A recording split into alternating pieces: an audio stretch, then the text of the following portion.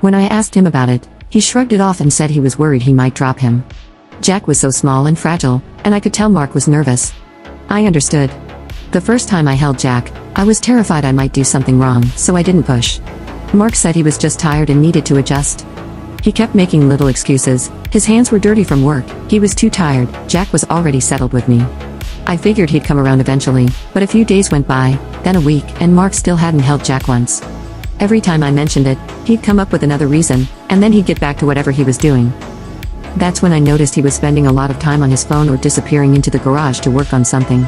I started feeling like I was doing everything, changing diapers, feeding Jack, calming him when he cried, while Mark stayed distant. It wasn't just physical distance either. He barely looked at Jack. When he did, it was like he wasn't really seeing him. It was strange, unsettling. One night, I walked into Jack's room and found Mark standing in the doorway,